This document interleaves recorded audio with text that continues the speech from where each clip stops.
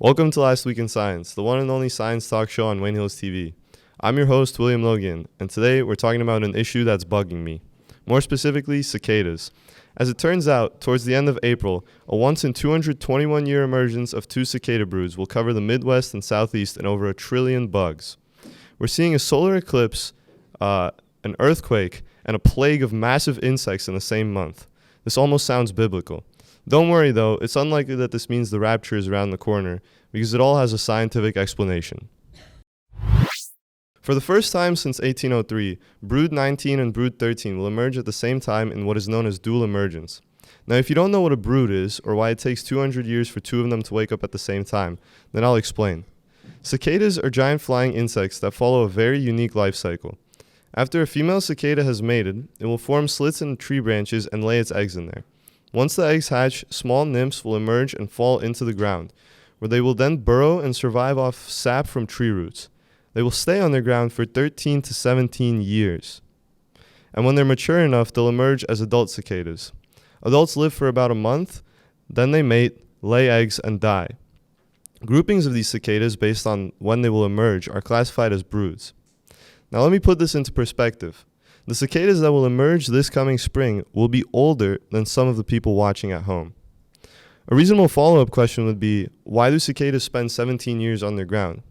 The reason ends up being pretty simple. It's just safer. Cicada nymphs have virtually no predators underground. That allows them to grow for 15 years so they can end up bigger than your fist. Then they come out for a few weeks and make billions of babies. Clearly, the numbers show that this is a very successful strategy. When you have billions of bugs flying around, it's virtually impossible for any form of predation, natural or unnatural, to kill them off. If cicadas traded stocks, they would tell you that time in the market beats timing the market. The relationship between cicadas and their predators goes even deeper. Some predators have evolved specialized strategies for capitalizing on the cicada emergence. For example, the aptly named cicada killer wasp preys specifically on adult cicadas, and it uses their exoskeletons to provision its nests.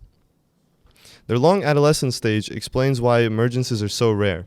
Brood 13 has a 17-year cycle, and brood 19 has a 15-year cycle. Both of these are prime numbers, so they only sync up every 221 years. Moreover, cicadas have captured the imagination of humans for centuries, inspiring folklore, art, and culinary traditions. In many cultures, the emergence of cicadas is seen as a harbinger of summer, or a symbol of renewal and transformation.